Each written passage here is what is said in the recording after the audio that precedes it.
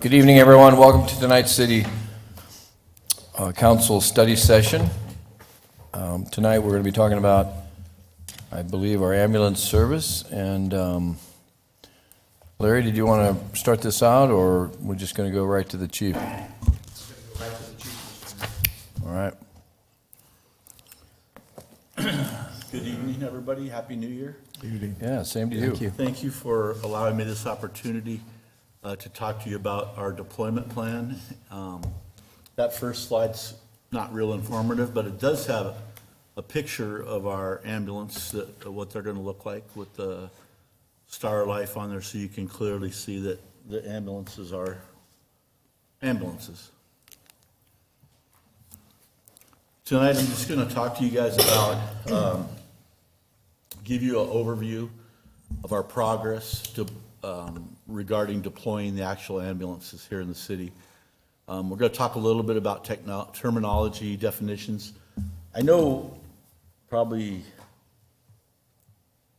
I'm going to say half of you were on the council when we did the first feasibility study, and I think the other half probably weren't. So some of these definitions are going to be new to you, and I just want to kind of make sure you guys understand all this stuff really clearly, and feel free to ask. You don't have to wait till the end. If you guys have a question or whatever, just pop it out and we'll get it going so you guys can go over all this. We're going to talk about staffing, demand projections, response times, some budgeting stuff, and basically our projections. So when you talk about terminology, I know you guys have all heard the terminology before.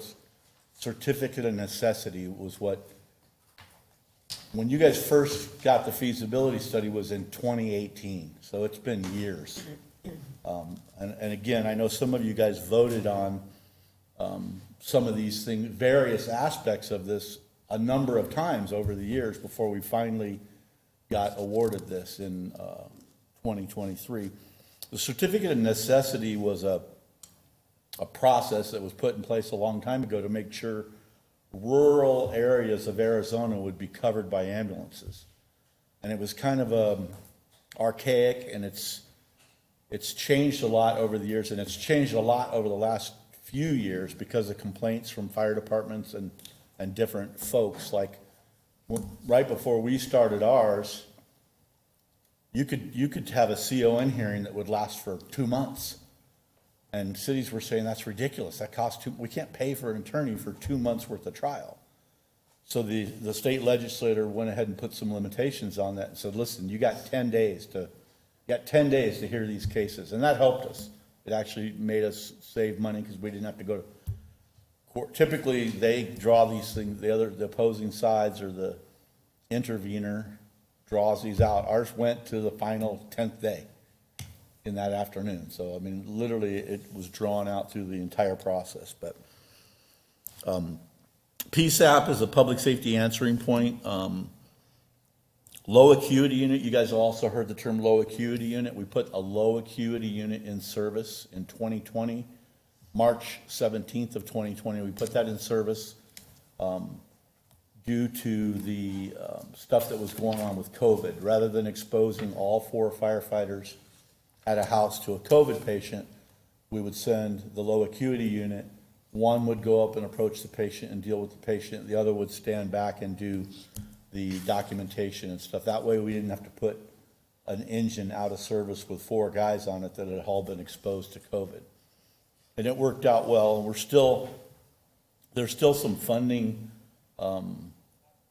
I guess disputes or I don't know if arguments is the right word. There's still some discrepancies that are going on with the funding mechanism on that, where we're having to explain why we did that and how we did it. Rescue units are a unit that is capable of transporting, and it's ALS or advanced life support criteria.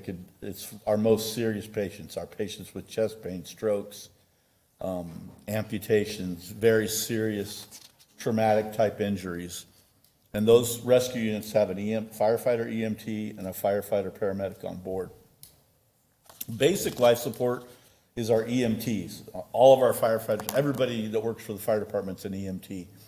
And that's basic life support. In other words, somebody breaks their ankle or breaks a toe or various different things qualify as BLS or basic life support. And a basic life support, we put them in an ambulance and transport them to the hospital.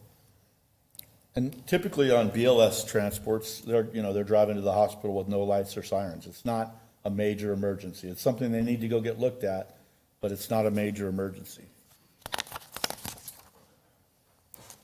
Another term, service area, that's the boundaries of our incorporated area. Our service area, where we were given the CON, is the city limits for the city of Casa Grande. It also includes anything that we incorporate later. If we incorporate something, that's automatically included in our CON. There was some discussion during the hearing about places like Colonial del Sol and Indian Hills about responses up there. They didn't take any action on that, but our position was if somebody in one of those county islands or an area right next to the city needs assistance, we will always assist them. And we do the same thing on fire calls. If somebody, has a house fire or something just out of the city or slightly out of the city, regional gets on scene and calls for assistance, we always send a fire engine to assist them, just because we don't want them to be out there by themselves and working on somebody by themselves or at a house fire by themselves. So we always send somebody on those. Access settlement, you guys I'm sure have heard of the various different things like access and Medicare. There's different billing that takes place with the different types of medical plans. And that's one of the things we've been doing over the last 6 months, is getting all these different aspects in the paperwork. There's a lot of I's to be dotted and T's to be crossed that we've had to do over this last 6 to 8 months. And some of it we couldn't do until we were actually issued the CON.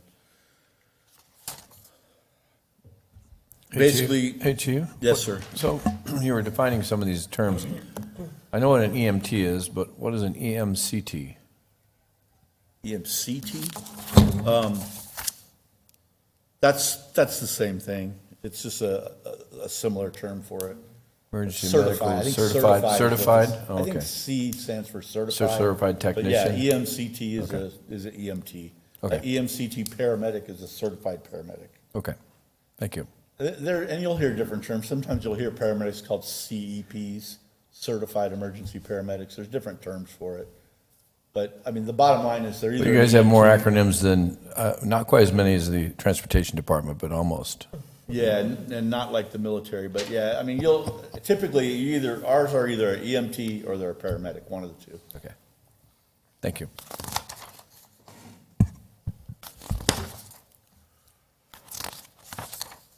We've essentially, like I said, we've been working on all this stuff over the last 6 to 8 months. We're authorized billing for Medicare, we're authorized billing through Access, we're authorized to bill through the regular private insurance companies, we're authorized to bill through workers' comp. We're still in the process of receiving authorization to bill through the, I don't think it's the Bureau of Indian Affairs, but it's the insurance company that covers folks on the reservation. So we're still in that process, but we've actually already had a transport. Somebody wanted to be transported out there, which we did transport them out there. I think we've talked about this before, and you guys voted on this before. We use ImageTrend for our EPCRs, our electronic patient care reporting. And we looked around and did a lot of talking with other departments to talk to them about the best business practices for billing. And most of them, if not all of them, were using ImageTrend, the same company that does the EPCR, to do the billing. And after going through all the different stuff on that, that was who we also decided to go with ImageTrend. And we've been pretty happy with them. They basically got all of our stuff set up. We had to also work very closely with Brenda's folks in finance, Kay and Ellen and Jamie Barr and them. We've had to work very closely with them to make sure. I wanted to make sure that we kind of had a seamless process, that finance was included in all this from the beginning so there wouldn't be any issues later. and I wanted to make sure that they were very clear on how we were going to do it, and that we were doing it the way they wanted us to do it. So we brought them in very early, the very first meeting we brought them in to talk about our billing practices, how we were going to bill, and to make sure that we were doing it that fit into the Casa Grande Finance Department's business practices. Image Trend is going to charge us $25 per recovered bill. So if they don't pay, we don't pay. If the insurance company or the Medicare or Access does pay, we pay them $25 per recovered bill. One item of note that has been brought up, and we've talked about it, and it just couldn't be avoided, is, and I think some of you have heard about this issue before, we have to set up what's called a drop box, and it's essentially a P.O. box that payments for bills are sent to, and the city uses Wells Fargo as the bank. Well, the drop box does have a Los Angeles address on it. That can't be avoided. We've talked to them, and we've talked to them a lot, and there's no way to avoid that. That is where all their P.O. boxes go to Los Angeles, and it is different. The P.O. box is different than the sewage and billing for the city, sewage and sanitation, but it is a P.O. box through, it says City of Casa Grande Ambulance Billing, but it is a P.O. box in Los Angeles, so. And again, couldn't be avoided. We are anticipating using the J. Vincent Group as our independent auditing. We do have to do some separate reports to the state, to DHS, for our ambulance, just the ambulance service, independent of the audits and stuff that finance does. And we're going to use J. Vincent Group to do those audits. They do probably 3/4 of the districts and departments in Arizona. They're very good. They were also the consultant that we used during the CON hearing to assist us with that process. We've established backup agreements, and you guys have actually seen a couple of these and approved them here at council. We currently have our backup agreement with Eloy. We still are in progress of dealing with Gila River, Maricopa Ambulance Company, and we've met a couple of times with AMR also, because we're in discussions with them about how, kind of what this is all going to look like as we progress through and get done with it. I would say that our talks with them have been amicable, and we've got along well, and had good discussions about how things are going to move forward. And I think it's going to end up to be just fine. We are making some changes to our CAD system. That's not a big deal. Laura and her people are working on that. We had to make some changes to help out with dispatching. You guys also voted and added on an additional module to the dispatch system this year for EMS dispatching. So we're adding some of that and incorporating some of this new rescue stuff into that. One of the things that's been a little bit of a challenge is inventory and stuff like that. We are having to go through inventory and look at our orders for medication and bandages and IVs and C-call, all the things that we use typically, gloves, all the stuff we use on a daily basis is going to increase.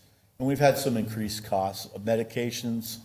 I don't think it's a secret. You guys have all heard, and we've talked about this a number of times. Medications and drugs are costing a lot more than they used to. And we're also working through some of the restocking, but we get restocked through the hospital, through the pharmacy at the hospital, and then we also have a contract with a company that restocks us as well. Some of the other things, operational policies, we've had to, again, you say, okay, we're going to start an ambulance thing. There's a lot of behind the scenes things that take place, and we've had to establish various different policies on, patient belonging, how people are going to report stuff, how people are going to go through, like, we had to establish a hardship policy for people that say, I just can't afford to pay. Well, we're not experts on that, so we had to talk to Brenda's folks about that, because they already have policies in place for people that come to finance and can't afford the bills or can't afford to pay. And then you guys know, because you guys have authorized and helped us out with additional personnel And they've been in the academy. You guys swore in 7 of them at the last meeting here. I just wanted to kind of talk about expectations on the feasibility study. Again, that feasibility study at this point is 6 years old. For the half of you that were probably here when that took place, I would say most of the, if not all that stuff that was in that feasibility study is out the window at this point. We're talking about 6 years down the road. We're also talking about a COVID pandemic that hit the United States that changed the dynamics on everything we do regarding EMS and prices. And probably the biggest thing that's negatively affected us, and this is not just us, but Kevin's going through this as well, is procurement of vehicles, ambulances and fire engines. We used to be able to order a fire engine and get it a year later. I think the mayor actually went back and picked up one of our fire engines when it was ordered, and we went back and picked it up a year later. Well, now, you order a fire engine, you don't get it for 3 years. And that's causing a lot of strain and problems with the whole industry.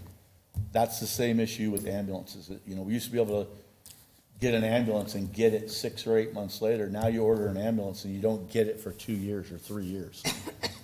So that's been very challenging, working through those issues, trying to make sure we're, and I know you guys are aware of this. We've talked to you about this during some of the procurement stuff. I just wanted to kind of make you aware of it. I guess what I'm trying to say is on the feasibility study, as it being 6 years old, I think you can count on mostly anything that was in that feasibility study as being out the window at this point, since it's 6 years down the road. I think that if you look at the feasibility study and you look at some of the information that was in there, the population was 48,000 that we used on that one. We were transporting about 4,700 people, and a trip, an ALS trip, was $1,400 at that time. And remember, on our trips, we don't decide what our trip fee or cost is. DHS decides that and tells us what it is. And if you look at those numbers now, we're almost, 17,000 higher on population. We're at 5,800 transports now a year. The ALS fees an additional $200. So all these numbers have kind of changed in regards to that study. Staffing and deployment. Our staffing and deployment is not really changing at all. Our staffing is 4 people on an engine company and 2 people on a rescue or transport unit.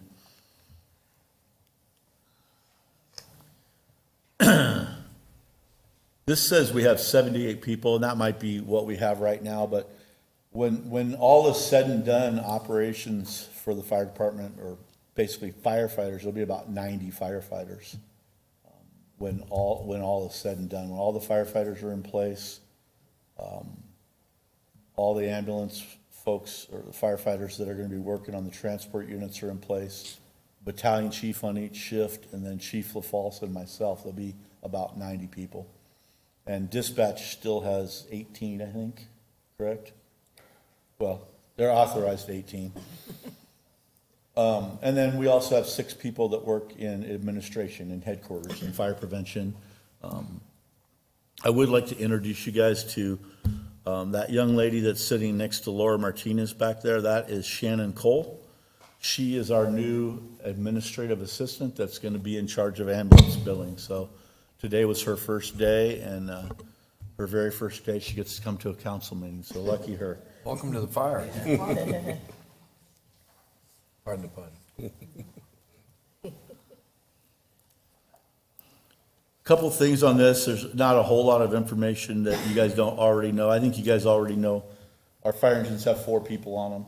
Our fire engines, we try to maintain a recommended minimum level of 2 paramedics on all of our fire engines. Sometimes that can be a little problematic. If the captain and the engineer are paramedics, that's a problem. We need somebody in the back seat to be a paramedic rather than the paramedics in the front seat, because it does provide some limitations when we have to follow up and go to the hospital. Now the guy that drives the fire engine has to get in the ambulance to go to the hospital. while all of our firefighters can drive the fire engines, not all of them are proficient at pumping them yet. And if the captain has to get in back, now we may have a younger or newer firefighter basically acting captain or following up to the hospital, which is not a big deal if they're just following up. But if another emergency comes in or another call comes in, it's a little problematic. So, like I said, we do want to have, typically recommend have a minimum of 2 paramedics on every fire engine. And we do have that right now, but we're still sending people to paramedic school because it's a little bit of a struggle to keep that up. The CON is very similar to the CON that had been issued before. You got 10 minutes and 0 seconds to arrive at 90% of your calls in 10 minutes or less. And we're right now at about 7 minutes and 11 seconds on 90% of our incidents. So we're well within our standard. And when we open up new station 503, that time should go down as well. For EMS, the administration, the EMS division of the department now, which is all the ambulances that transport people, we have an EMS division chief. That's essentially a person that's in a battalion chief's position, but they're working daylights. In other words, they work 4-10s. They don't stay at the station overnight. They don't spend the night at the fire station, but they work at headquarters administratively, full-time on EMS stuff. We have Scott Benzing, who's been acting in that role for the past year. He's done a fantastic job. Scott has decided that he wants to go back to the fire station, and we're trying to accommodate him if we can. We have interviews set up on December 9th. We're interviewing 4 people that we believe are pretty qualified to take over that spot. That's next Tuesday.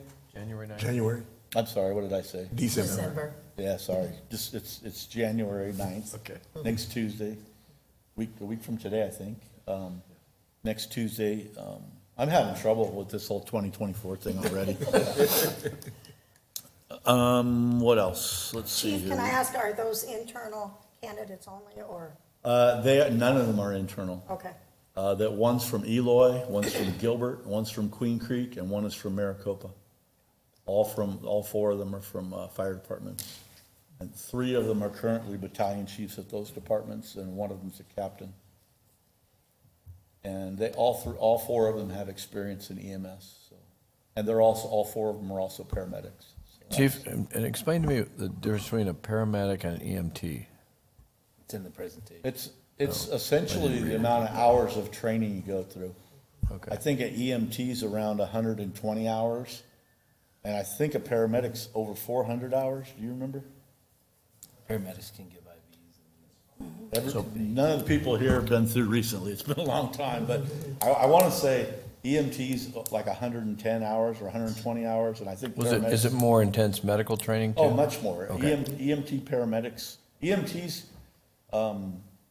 do basic life support. They can administer oxygen and some other stuff. Paramedics start IVs, they administer drugs, and monitor, do a lot of other things that EMTs can't do. Okay. EMTs are able to assist as long as they're supervised by a paramedic. Do a lot of things as well, but the paramedic's the highest medical authority on scene at the call. And Chief, at the beginning, you had mentioned about the EMT, the basics, that all the firefighters, they all All know are that. EMTs. All EMTs, right? All of our firefighters are EMTs. Right. And all of our firefighters are capable of driving and transporting our ambulances. Yes, sir. Do you anticipate sometime in the future, as this program grows, which I suspect it will, to hire just EMTs that aren't firefighters? I do. I think Just to run our that will probably happen. I had a discussion with the city manager about that the other day. I mean, to me, it kind of makes sense if we're going into that direction. Ambulance. And then my other question would be, like you're talking about, and maybe you'll get to it, if you are, let me know, but about the low acuity, are we taking that out? I am gonna cover that. Okay. sir. I know, and I thought when I read through it, but. I know that's a concern of yours. It's a concern of mine, and it's a concern of the city manager as well, but I think that on the other question that you asked, there's pros and cons on that. You know, where I came from previously, we did that. We hired civilian EMTs, and they weren't in the they weren't in the retirement system, but it did give you a good opportunity to look at those employees and see if they would be a good fit for your And, organization. yeah, that's a great idea. So it was good for younger members. The problem was they also get poached a lot, so you end up getting them trained, and 2 months later, they're going to Peoria or Queen Creek But- or wherever they're going. So it's a nonstop training process with these guys. And in my mind, the local, the private companies running the ambulance now, AMR, they would be mostly EMTs, right? Not firefighters, or, I don't know. Do you know? Say it again? So AMR, AMR's guys. they're not firefighters, I'm getting. They are not They're firefighters at all. EMTs and or paramedics? They're or just- civilian EMTs and civilian paramedics. Okay. They don't have any firefighters. Yeah, that's what that was my question. The second position, we already talked about, that's Ms. Cole. She's the EMS administrator.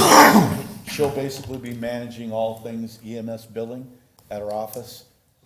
She's got an email that's ambulancebilling@casagrande.gov. She'll also be receiving such things as the hardship requests. If somebody can't pay their bill and they want to be on a payment plan, she'll assist them with that, along with working with folks at finance to set up those kind of things. We still anticipate hiring a part-time registered nurse to assist with evaluating, basically doing CQI and basically as an educator to assist. We have educators that we bring in from outside the organization, and we also have educators from inside our organization.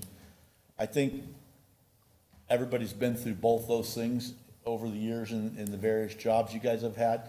Sometimes it is good to bring in somebody from the outside to help with CQI and education, because if you just get educated by people inside your organization and you're doing something wrong, you just keep educating each other and doing the same thing wrong.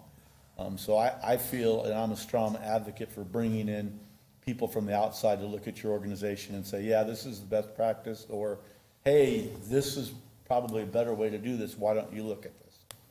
And I've been pretty fortunate here. Our command staff, the battalion chiefs, my assistant chief, LaFalce, they're very proactive in looking at outside organizations and folks to come in and help us with this. None of us are professing to have all the answers to this, and we're accepting, we sent Scott Benzing out he went to almost every department in the valley to talk to them about best practices and how they're doing their different stuff to make sure, we didn't want to reinvent the wheel, but we did want to make sure we had the best wheel on the wagon. So we had him go out to all these organizations and get best practices from everybody. We feel like over the last 6 to 8 months, and especially since we've gotten the CON, that we really have refined this and got this pretty dialed in. Chief, just for clarification, it kind of stumped me a little bit when I saw educator, but it's my understanding that is a contract position, it's like a nurse practitioner It can or be a a nurse, doctor? it can be a nurse practitioner, it can be an RN. We have to see. It's somebody who would be a contract employee, it would be somebody who's part-time, because we're not gonna pay the person benefits.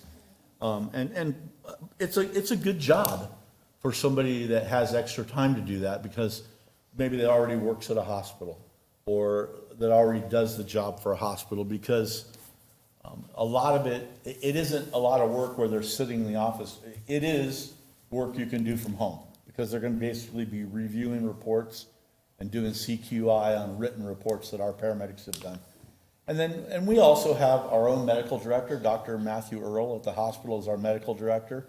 And Dr. Earl and Cindy Reckemeyer, they go through all of our reports as well. They have full access to Image Trend, and they go through, and all of our battalion chiefs do an audit of 10% of the reports. So we have a number of different mechanisms and triggers in place to trigger CQI.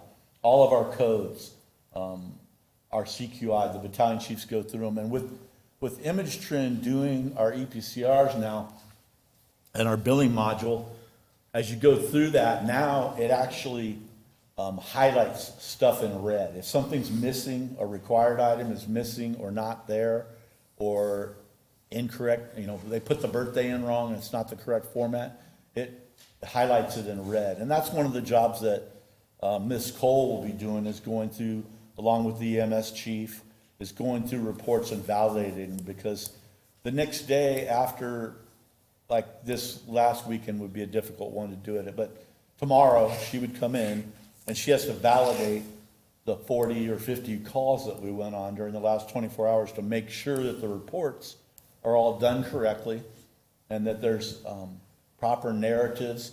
You can't just send in a bill. You have to make sure in the bill has to have all the correct information. It has to have a correct and proper narrative. It has to have a social security number. It has to have birthday. There's a lot of required information that needs to be on there.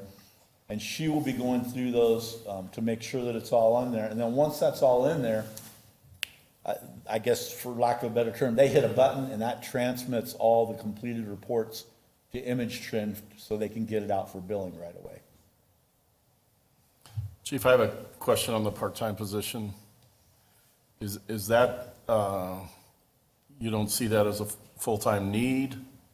Or is it a money saving? It probably is a full-time need, but it's very difficult for me to go to him and say, yeah, I need a full-time nurse. At this cost, with these benefits, it costs a lot of money. So initially, what I do is I go part-time and say, here it is. And then when we see the need and how valuable it's been and how that person will help us bring in extra money and keep us from getting sued and make sure we're providing the best care. You know, people, I'm not sure people realize, I mean, what our people are doing out there, they're starting IVs and administering the same kind of drugs you get in the emergency room when you're having chest pain or a stroke, or you've broken your femur so badly that the pain's about to make you pass out. We're giving people morphine to keep them from passing out. And that stuff all has a lot of liability and stuff attached to it. And that's why we have that guy over there, and that's why we have insurance. But our people are really cognizant about wanting to provide the best possible care. They're saving people's lives. I mean, that's what they're doing. And when you're saving somebody's life, you don't want to cause them irreparable injury or further harm by giving them the wrong drug or giving them the wrong amount of a drug or not doing it properly. So having a RN or a CQI process in place, and like I said, we already have a CQI process in place. This is just a way of improving our CQI process and making it more bulletproof, I guess, for lack of a better terms. So I guess my concern is going from, how many more paramedic positions are you adding?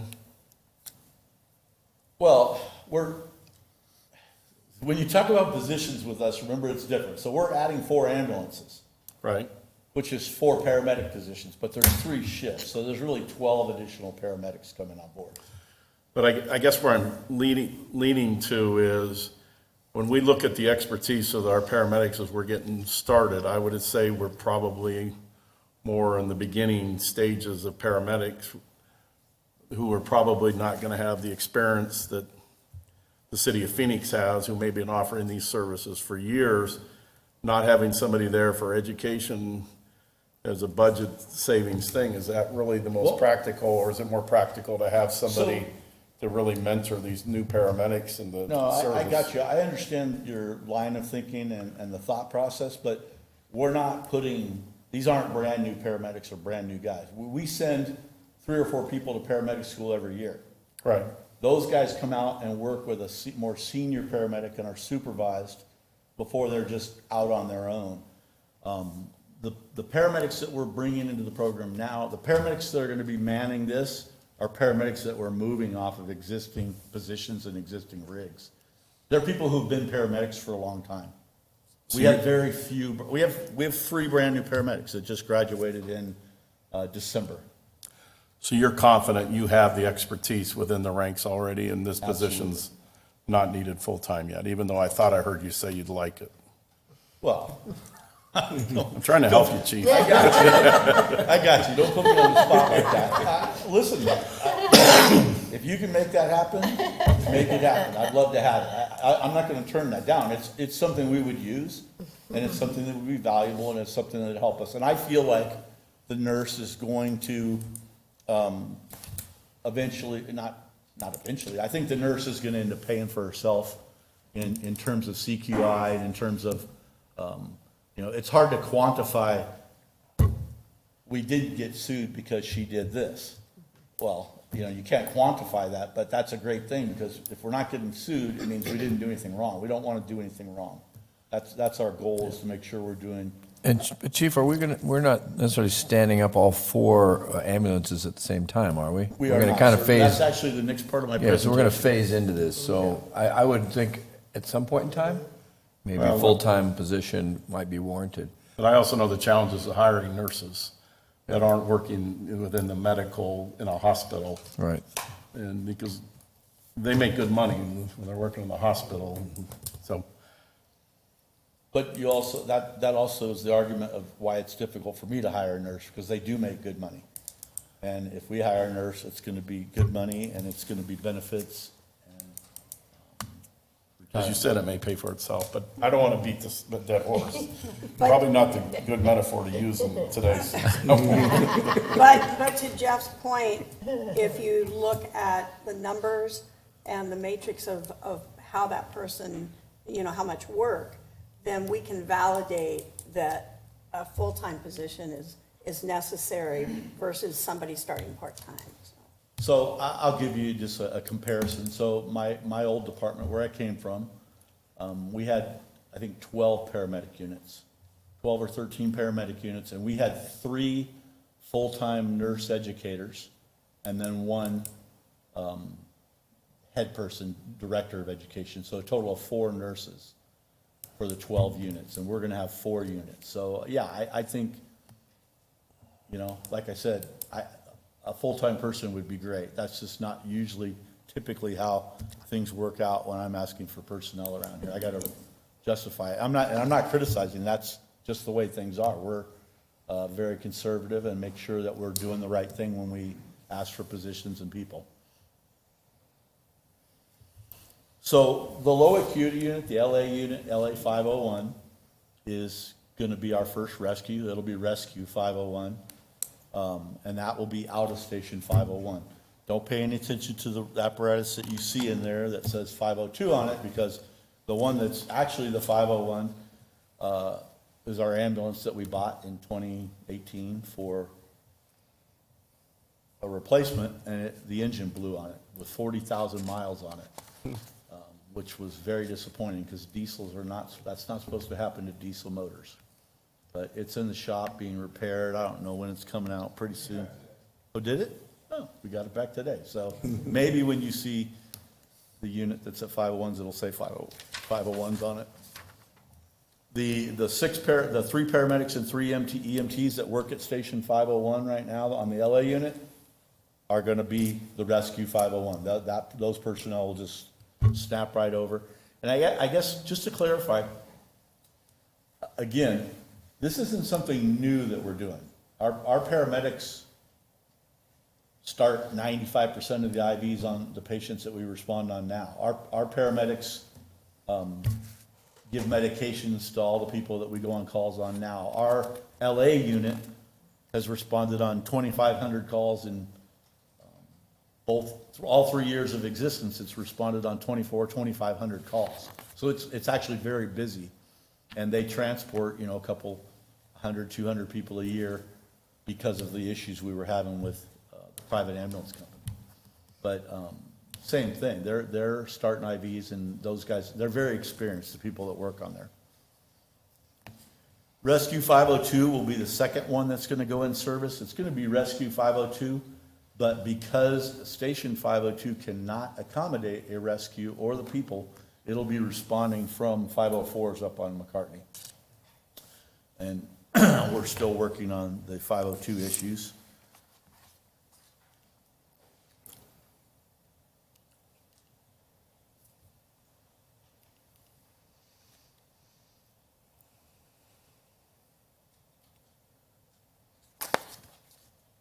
A little bit about, one of my slides got deleted, but Rescue 503 and Rescue 504s, those will come into service. And like you said, we're gonna, Mr. Mayor, like you said, we're gonna transition those in. One we're waiting for the apparatus to arrive. They're supposed to be here in February. You guys have already authorized the purchase of it, and they've been being built. But we have not taken delivery on those last two yet. So we are waiting for those. I think they're supposed to be here in February, end of January. Oh, okay, so some mid-month this month, so we'll see about that. The personnel to man those, again, you saw, we hired 7 people the other day. Our next academy will have 8 people in it, possibly 9, depending on what happens with one of the candidates, but there'll be 8 in that academy, and that academy class will graduate in June. And at that point, we'll be able to accommodate the 503 and 504s at that point.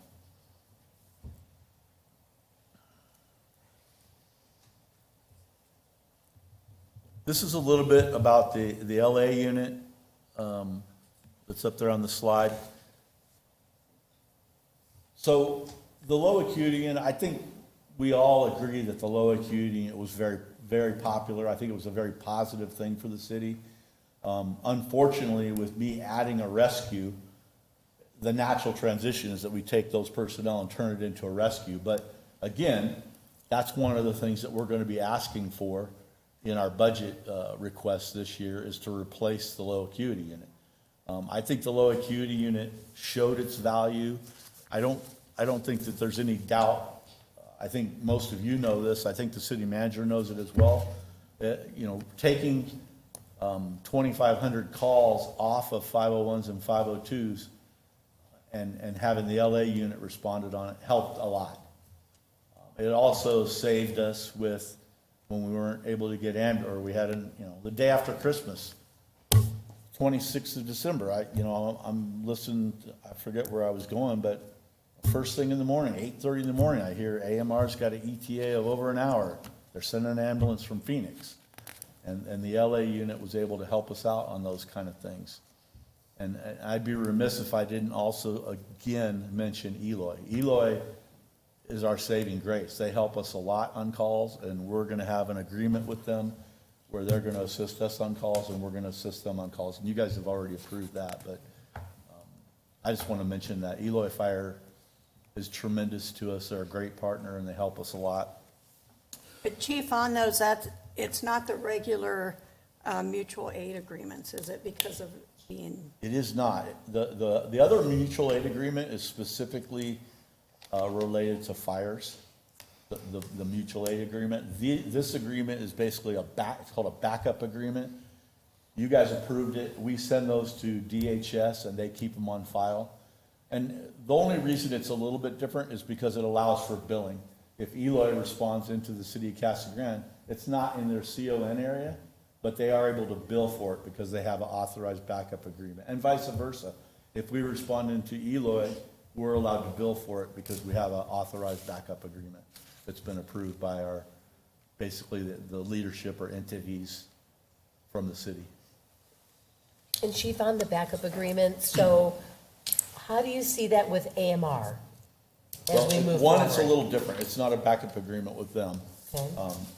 I want to make sure that everybody really understands this, because this should be clear. AMR did not lose their CON. AMR is capable of responding. Any call that we call them to, they're able to respond and take the call. The issue is still, again, is their ETA on calls. Like I said, on the 26th, I heard on the radio that they were sending an ambulance from Phoenix with over an hour ETA. We didn't have any units available. An hour is not acceptable if you or I are sick or one of our loved ones is sick or injured. You don't want to wait an hour for an ambulance. So we're working with them and talking to them about different models. There's different models out there. There's a Tucson model and there's other models. But if AMR has trouble getting ambulances to our calls quickly, we're working on different models where, we can have them come to the BLS calls and our folks will handle the ALS calls and stuff like that. And we're still talking to them and negotiating. And like I said, our negotiations have been very amicable, and I feel like they're moving forward, and I think we're going to have something very shortly to report to you guys. But I feel positive about our talks with AMR. So you'll come to us with that, chief, when it's done, that I probably model, won't whatever come that to you, I'll program? probably let him know, and he'll And probably. he can share let it you with know. us, okay. Mr. Mayor, Councilwoman Fitzgibbons, it's very likely that we currently have a transport agreement with AMR today. Expired. It's expired, but we're operating under it, right? And it's been a bit reversed, where we have allowed our personnel to essentially step onto their units in order to make transports. This is going to be a bit reversed from what we've done in the past, but they will will agree to terms that the mayor and council will have to approve with AMR to serve in the capacity that the chief is describing. So it'll be agreement that will come before the mayor and council. Thank you. Hey, Chief, explain to me a little bit, because I know when we talked about this back in 2018, we talked about the low acuity unit handling some of the basic medical calls, right? So over 90% of the calls are a medical in nature of some sort. About 70%. 70, all right, well, I thought it was higher than that. But a lot of them are medical in relation. So one of the things that we had talked about was the ability for an ambulance service or a low acuity unit to be able to handle those calls without sending, a whole unit, another big truck, a big fire truck to that call, when it's just a medical call. So are we still looking at that? Are we still looking to try and, That's the model that we've been using for the last 2.5, 3 years. okay, And like I said, they've responded on about 2,500 calls a year that way. but can't one of these rescue units be used like that too, or does it? Well, they can. The problem with us using a rescue. Because I hear unit like the that low is- acuity unit's like gonna have to be the same thing that we had when now we were adding more ambulances, right? We're adding more Correct. rescue The units. problem with using a rescue unit like that is the rescue unit responds on a guy that has twisted his ankle and might have broke his ankle. Now you got an ALS rescue unit sitting there with a guy with maybe a fractured ankle, and he calls because somebody's having a stroke at the high school. Now I've got a rescue unit sitting there with a BLS patient when I need an ALS unit responding to somewhere else for an ALS patient. That's why we. Even if you have enough rescue units, you should be able to respond to that call at the school. What's enough? I mean, we have 4, and there are many, many times in this city where all of our fire engines and every unit we have is out on a call frequently, which is why Eloy has to come over here 150 or 200 times a year, because that many times a year, every fire unit in the city is on a call. So what are we going to do when we get a BLS call now, if we don't have a low acuity unit? Well, right now, what we're doing is looking at using AMR for that, and also, we still use fire engines for that without lights and sirens. Which is a model that's typically done all over the United States. But a rescue unit and a low acuity unit is the same apparatus with different equipment on. Is that, Well, because we're changing a low acuity unit to I could put a rescue. low acuity unit in your pickup truck if I wanted to. Okay, I could put a low acuity unit in a Prius if I wanted to. but we use a typical, what most people would call an ambulance. Right now we are, and the reason we did that was by design. Because we knew we were going to go to this. Well, 1, because of that, and 2, because we were having trouble with AMR. And that was the only way we could legally transport somebody with our ambulance, was if we had an extended ETA from them. We can put a low acuity unit, like I said, in anything we want, because the low acuity can respond. You're not And transporting somebody. they're not gonna transport, they're just gonna call for a BLS, an ambulance. to So we come could have in. a lot less expensive apparatus to handle the low acuity. Yeah, and we've talked about that. We have brush rigs and other fire engine other fire apparatus that 2 people can ride in Like very a easily. SUV or a pickup with a camper shell, like the battalion chief type truck, right? Could be.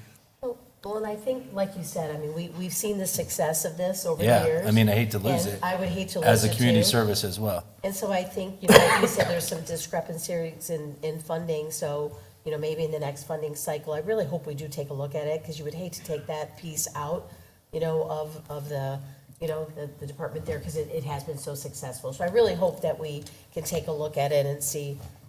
But I'd like to look at I the agree data. with you guys Yeah, wholeheartedly. well, I'd like to look at the Obviously, the data too, data and look at the calls that we have and the ALS, BLS. ALS, Yeah. BLS type calls, and then make sure that we're using our equipment and our people most efficiently, because we are responsible for the citizens' dollars that are being spent here. And we're gonna spend a lot of money on this service. And I agree with you, and fortunately, I think that is what you pay me for, to make sure that we're doing that. Okay. And I assure you And that just we are. asking, just asking. I assure you that we are, but, you know, keep in mind, the low acuity unit, what they respond in is not the expensive thing. It's the two people that are in it. Right. That are the expensive thing. Right. It's the manpower. Right. And Mr. Mayor, members of the council, if I can just build on that, I think it's one of the reasons that Chief Keen elected to add it to the discussion point this evening, is that because of the change in terminology from low acuity to rescue, there really isn't going to be, we're going to staff it very similarly to what we have been staffing the low acuity unit today, but converting that to serve as an ambulance that can actually transport people. It does that today, so I know that the definitions get a little bit clouded, if you will. But essentially, that's the point that I believe he's making, and the discussions that he and I have had, is that once that conversion takes place, that doesn't necessarily mean that a low acuity unit, that we have budget authority for a low acuity unit at this point. But it is one of the reasons why he anticipates bringing something back in an upcoming fiscal year to evaluate that and likely have more understanding of the financial obligations of that at that time.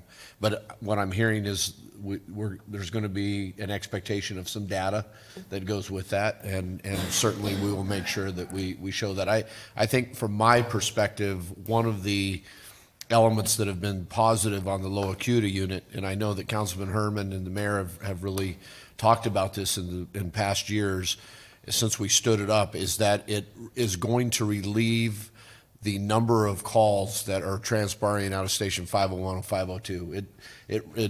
By us sending that particular piece of apparatus and the personnel, it has reduced the number of calls that those two particular stations are running, which has been a benefit. I think the chief would agree with that. I believe that the crews would agree with that it's reducing the number of obligations that we're rolling the big piece, the big apparatus, the big fire truck on. Is that fair, chief?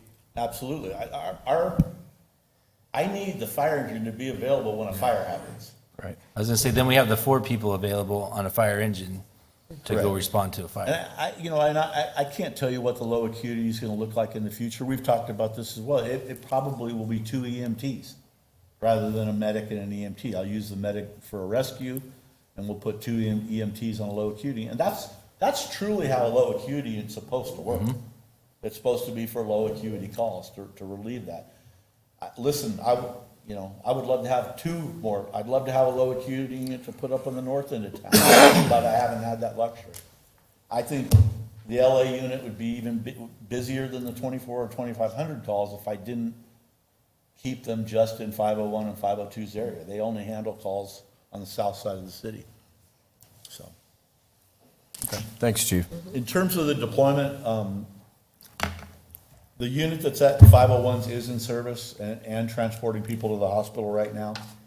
We are transporting, we're kind of doing, basically, we kind of talked about it, we're doing kind of a soft opening.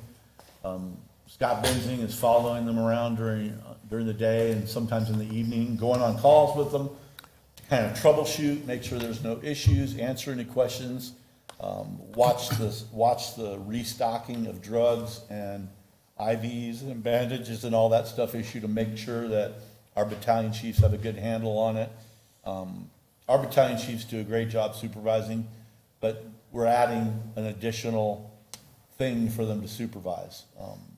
And they already manage a lot of programs and a lot of other stuff, so that's the reason we're adding an EMS chief, so he's been able to go out and do that. So that unit has been in service. The additional unit will be placed in service probably in the next week or so. I'm still trying to juggle some beds and get some accommodations. You guys will see something on the council agenda. It's probably on the consent agenda for the next meeting, I think. But we're gonna be, the fire department's gonna be using the old Aerovac building at the airport to house the 503 unit crew until 503s is officially opened. So that worked out well. What else? One of the last ambulance that we received actually got inspected by DHS today and was approved, so that's done. Again, I don't want to keep harping on this stuff because you guys have heard this over and over again. Life Pack 15s, we used to order and get them 6 months later. Now they're 36 weeks to get them. So everything we're ordering, if it's got electronic parts in it, it's taken a long time to get them. 2 of our ambulances have been inspected, that's now 3. We're working with Scott Benzing and the battalion chiefs are working very closely. There was a couple of challenges at the beginning to make sure we had enough supplies at all the stations. We had to get all the different Valley Hospital phone numbers. Imagine every time you walk up to an emergency room, you got to punch in an access code. Well, we don't know the access code for all the hospitals in the Valley, so we've been kind of making sure we get all that into all the phones and in all the apparatus. We had to order fuel cards for all of the apparatus. And then lastly, we're working on some considerations for maintenance. I can't have, if a unit gets a flat tire at 10:15 at night, I don't have the ability to park that thing and have fleet fix it the next morning at 6 o'clock when they come in. I gotta get the tire fixed right then and back into the station to handle calls. So we're working closely with fleet on what we're gonna do about that and coming up with some alternatives on that. But 24-hour maintenance is a consideration that we're having to look at. We already talked about this a little bit. We're talking about moving over at the Aerovac building. 2 ambulances are coming in. You guys have all this information, so you can look at the calls. Mr. Mayor, there's 64% of the calls are EMS calls, about 70%. I think there's a breakdown on ALS too. Response times, there's some stuff about 1710 response times in there you guys can look at, but it talks about response times and how they're calculated and figured. It's more. I will tell you what we did with the budget. So in 2022, we didn't know what was going on with the CON, so we did a notional budget. It's called a 512 is the line we used for EMS. We did a notional budget, and we kind of, as an exercise, we moved all the stuff that was in fire operations that we thought was EMS related or should be EMS related into the 512 budget. We didn't take it very seriously because we knew the CON hearing hadn't happened.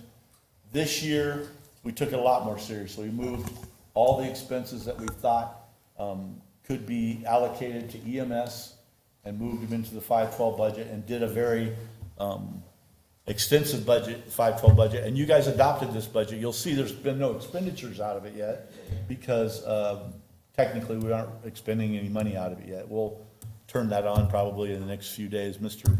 Raines probably has. Yes, thanks, Chief. Mr. Mayor, members of the council, the chief is absolutely right. This uncertain about when the CON was going to be granted and when the city would actually begin to provide the service. We really were searching for budget authority from the mayor and council should we find the need to begin to implement. And the good news is that ultimately we had requested and council approved an allocation, as you can see on this particular page. I can tell you that there's some work that needs to be done on this budget. I think the chief agrees. As we continue the incremental stand-up, as the chief has pointed out tonight, then this will number one, be able to have a better sense of what we need to request for fiscal year 25. And I know I had a couple of calls specifically about the commencement of the new ambulances that are scheduled to arrive sometime this month, maybe early next month, transpiring on June or July of 2024.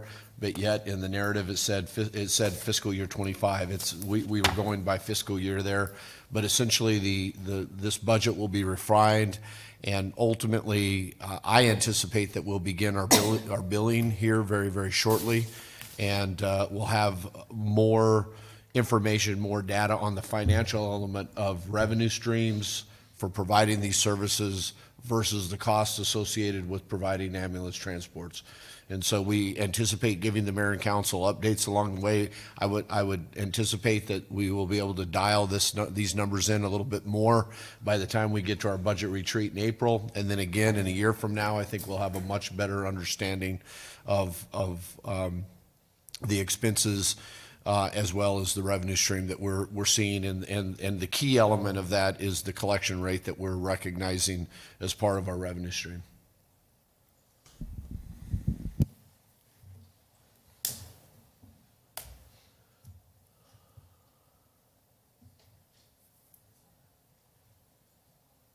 I think this last slide pretty much illustrates a lot of what we talked about. The cost of all of our stuff is always our personnel. That's our highest cost, costs the most. The LA unit's great and all, but the cost is those two guys on it. Are there any other questions I can answer for you guys? I think you answered all of mine. We asked them as we went along. Thank you, sir. I appreciate the opportunity. All right. Thank you, Chief. Thanks, Chief. Thanks, Chief. All right, we'll stand adjourned. Let's start at 7:10.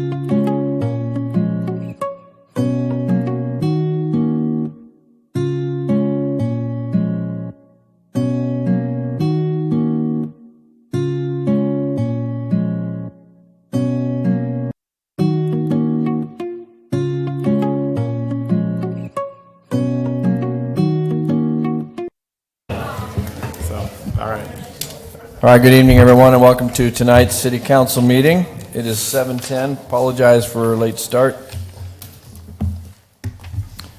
I call the meeting to order. First order of business is our invocation and our pledge of allegiance, so please remain standing after our invocation, and we'll do the pledge. Pastor Paul from Casa Grande Presbyterian Church. Thank you, Pastor. Thank you, council members, Mr. Mayor, and those in attendance. I wish you a Merry Christmas, and I hope that you've had the beginning of a good new year. Let's pray it in. Heavenly Father, as we approach this new year with all of its possibilities and potential stretched out before us, help us to be faithful in every opportunity that you bring to us. Bless Casa Grande and its community, its people, its leaders and employees. Make us strong and courageous for the road ahead. And may we be sure that our plans come from you, and may we ensure that your plans succeed. May we reflect your peace, hope that those who so desperately need your presence, your healing, and your peace, that they can find it, and we help them find it. All of these things, Father, we pray in the name of Jesus Christ, our Savior. Amen. Amen. I pledge. I pledge allegiance to the flag Of the United States of America, and to the republic for which it stands, one nation, under God, indivisible, with liberty and justice for all. Thank you, Pastor. Thank you, Anthony. All right, let the roll call show that all members of council are present. So noted. Next is our minutes. Mr. Mayor, move that we approve minutes of the council regular meeting of December 18th, 2023. Second? I have a motion and a second. All those in favor signify by saying aye. Aye. Any opposed? All right, the minutes are approved. Next are the claims against the city.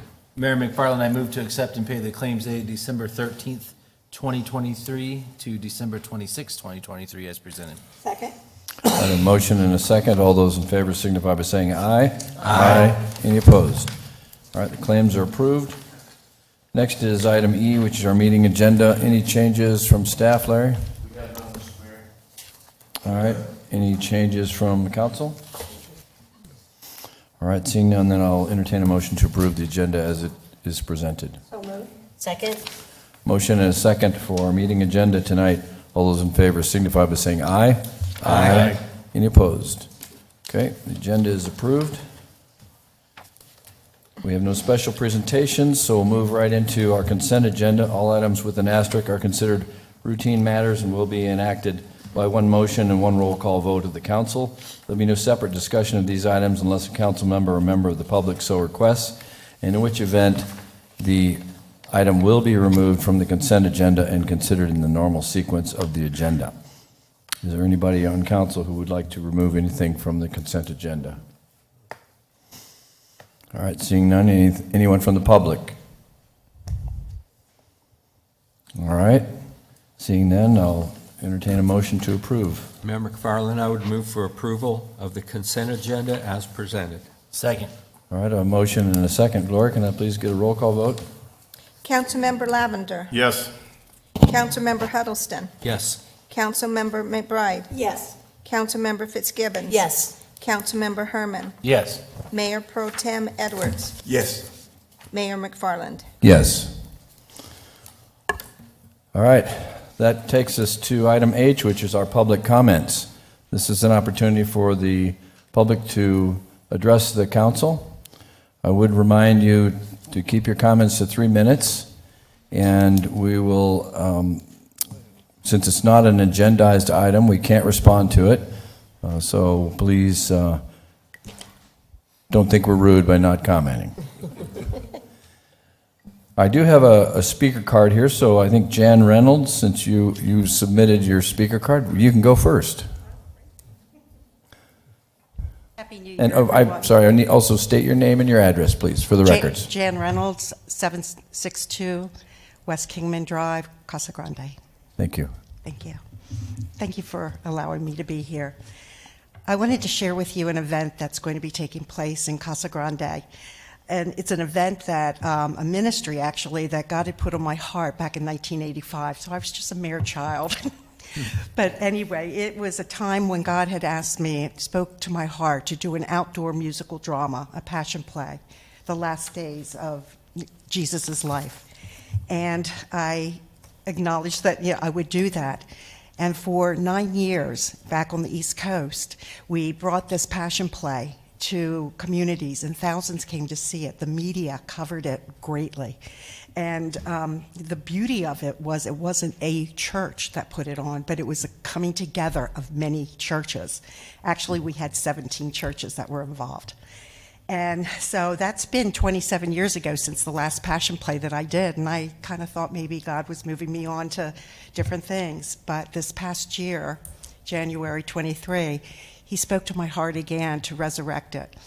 What's odd about this, or what is neat about it, is that I lived on the East Coast in Delaware, thought I was going to retire there and enjoy the beach, but God had other plans. And he spoke to my husband and I and prompted in our heart to come to Arizona, but specifically Casa Grande, whom we knew no one. But so we came here, and then it was just in January of last year that the Lord put on my heart to resurrect the Passion Play, even though it had been 27 years.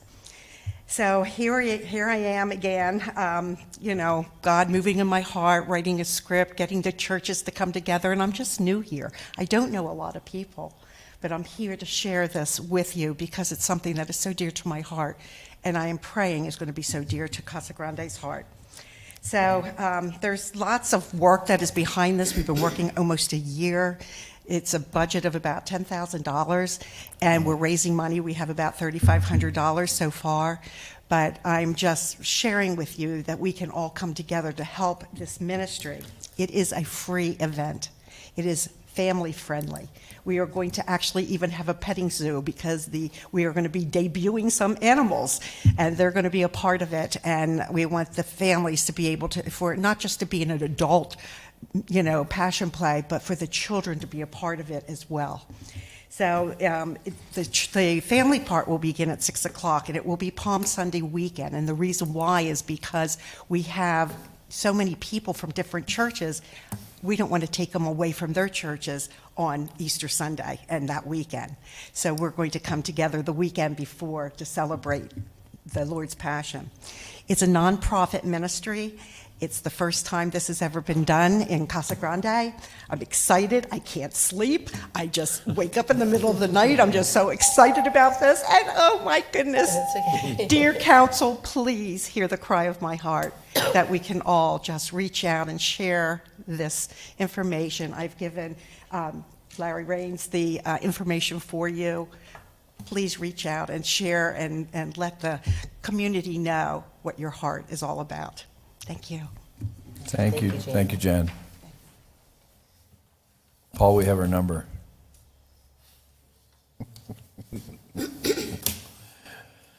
Okay. Anyone else like to address the council? The floor is open. All right, seeing no one, then I'm going to close the public comment section, and we'll move to our first item of business. Item I-1. Kevin? Thank you. Staff recommends that the mayor and city council authorize a contract with Cactus Asphalt for our annual pavement maintenance program in an amount not to exceed $3,826,067. This price does include a contingency of $347,824 for the city to control in case we run into any issues throughout the construction of this project. We are also asking for the ability to transfer funds from our CIP project to our operational budget. Our pavement maintenance program is an annual program, so it's not considered a CIP.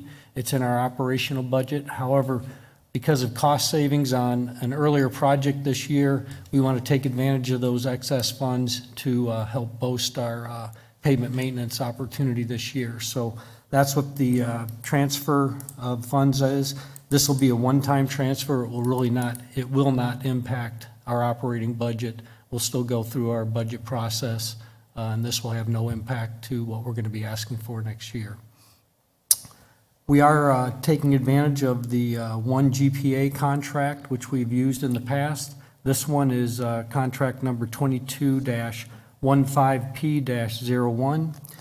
And this project is unique. The contract allows us to use a menu of different pavement maintenance opportunities, ranging from crack sealing, sand sealing, 2 types of chip seal, pavement seals, crack sealing, thermoplastic, and regular pavement striping.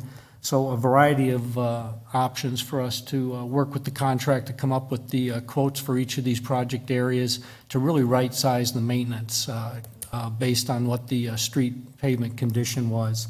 So fortunate to have worked through that process with our contractor, and we feel really comfortable when we've used Cactus in the past, and they've done a great job for us. We will be treating 522,000 square yards of pavement, and that's the equivalent of 52 lane miles of residential streets this year in this project, if approved. We did provide a lot of detail in the financial or the fiscal section that outlines the transfers, but with that, I'd be happy to answer any questions. Kevin, can we, I know that there's a map in your piece here. Is there a way we can get that on the website so people can see where the improvements are going to be? Yeah, if this project is approved, we'll make sure we get that on our Facebook page, Or give and then it we'll have to- a project. Give it to the PIO, so you can Yes. put it on our website? Yeah, we'll work on that. Okay, all right. Rebecca, you're in charge of that? Okay. All right. Any questions for Kevin? Sounds good. Thank you, Kevin. All right, I'll entertain, or if there's no more questions, I'll entertain a resolution number, please, Gloria. Resolution number 5611, a resolution of the council of the city of Casa Grande, Arizona, accepting a proposal from Cactus Asphalt, a division of Cactus Transport, Inc., for the annual pavement maintenance project, authorizing the expenditure of public funds, authorizing execution of a contract with or purchase order to Cactus Asphalt in accordance with the terms submitted to One Government Procurement Alliance, and authorizing the transfer of budget authority. Mayor McFarland, move that we approve resolution number 5611 as presented. Second? All right, I have a motion and a second. Gloria, can I please get a roll call vote? Councilmember Lavender. Yes. Councilmember Huddleston. Yes. Councilmember McBride. Yes. Councilmember Fitzgibbons. Yes. Councilmember Herman. Yes. Mayor Pro Tem Edwards. Yes. Mayor McFarland. Yes. All right, next item is item J. These are our boards and commissions. We just want to kind of call out these folks. This is for approval to extend or reappoint a couple of appointments, and this first one is for the Board of Adjustments. It is a reappointment for Darlene Moberly and Mindy McWhirter Dawkins. And the term is to extend through November 17th of 2027. I don't see either one of them here, but I do want to publicly thank them for their service, and we're going to double their pay this next year. So, sorry, they don't get paid, okay? That was a joke. Anybody have any comments or questions on it?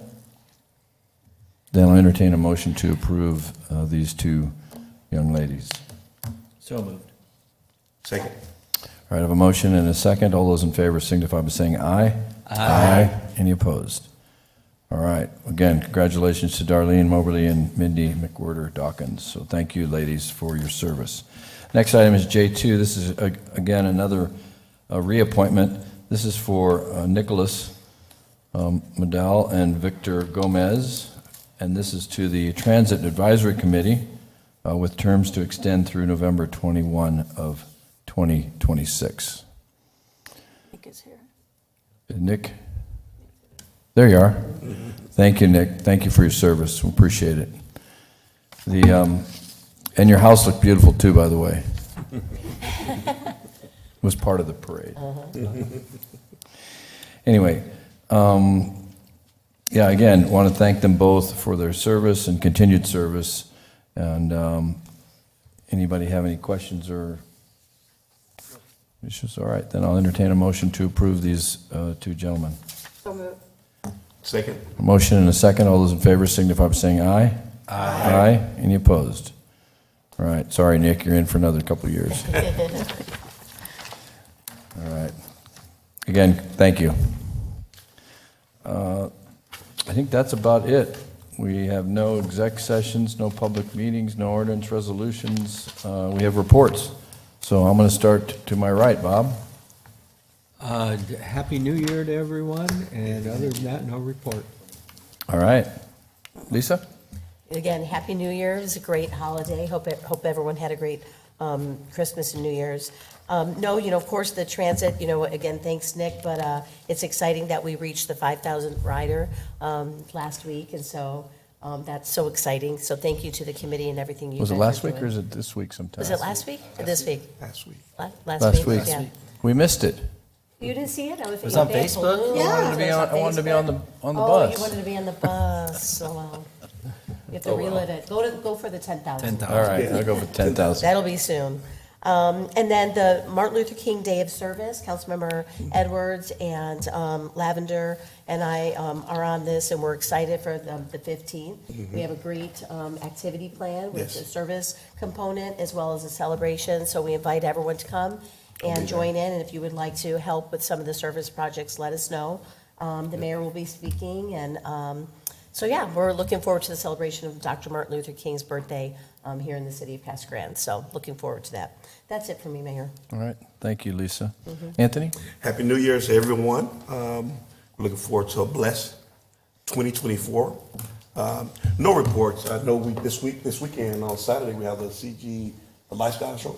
Yep, Yeah, at the airport. at the airport. Yeah, and so that's on the 6th, Saturday. And as Councilwoman Lisa Fitzgibbon mentioned about MLK Day, also I know Mr. Laversville is going to be talking about the 11th, our march on the 11th. I'll be speaking at that as well. And so we're looking forward to a wonderful time And I'll be there. during that time.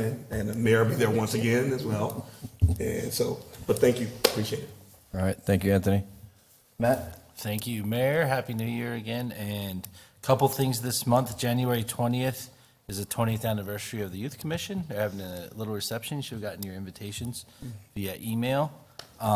January 26th is the Chamber Dinner, which will be my outgoing night as president. So that's awesome.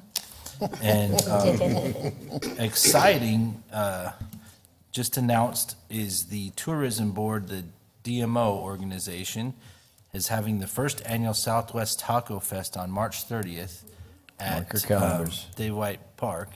And my favorite band, Roger Klein and the Peacemakers, is playing. So we should get some people from Phoenix and Tucson. And no, it's not free. There's a small admission fee. Bring your Yep, donation. and so there'll be festivals all day, tacos, drinks, food, and mariachis and DJs, and then at the end of the concert at night. So it's our first annual. It's gonna be really Should cool. be fun. Yep. That's all I have. Donna? Just a couple of quick things. Friend of the Libraries are having their annual book sale this month, and they are requesting books, so anybody that wants to get rid of your books, they are looking for donations. You can drop those off at the library. And then just thank you to Police and Fire. We had the DUI task force in town on New Year's Eve, and we had lots of folks here enjoying some food, and we had Eloy, we had DPS, we had the Sheriff's Department, and of course Casa Grande PD. So people were making mistakes that night, but our streets were safe because we had a lot of police out. So thank you to them. That's it. Mr. Lavender? Well, I also want to extend my wishes for a Happy New Year. As Pastor Edwards talked about, the Unity March will be next Thursday, January 11th. I'm excited. Cactus Middle School is where this march started 20 years ago, and their entire school will be participating this year under the leadership of their principal, Ms. Romo, so excited with that. The theme this year is talking about healing and the importance of healing, and Anthony will be talking about hate cannot drive out hate, but only love can do that, and how we can use love and heal as a community. And so we're looking forward. Also on the event on the 15th, we will be doing a unity prayer as well that Anthony and I will be leading. This is something that we're doing in memory of Pastor Juan Humes, who we're all missing as we're coming out of the Christmas season. The mayor will also be doing a proclamation at that event as well, recognizing the contributions of Pastor Humes. Also today was a sad day in our community. Our former Casa Grande Union, as well as PepTech principal Keith Greer, passed away this morning. And so Keith gave a lot to this community. He was part of the initial conversations we had about the Unity March over 20 years ago, and he will be missed. He recently went back to PepTech, so he was working there this year, running that school as well. So please keep his wife, Roxy, his family, in your thoughts and prayers. Thank you, Jeff.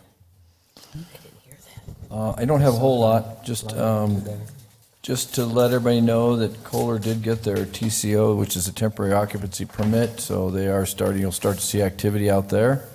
I think their plan is to commission about 40 employees here at the start of the new year, with somewhere around 270 by the end of the year.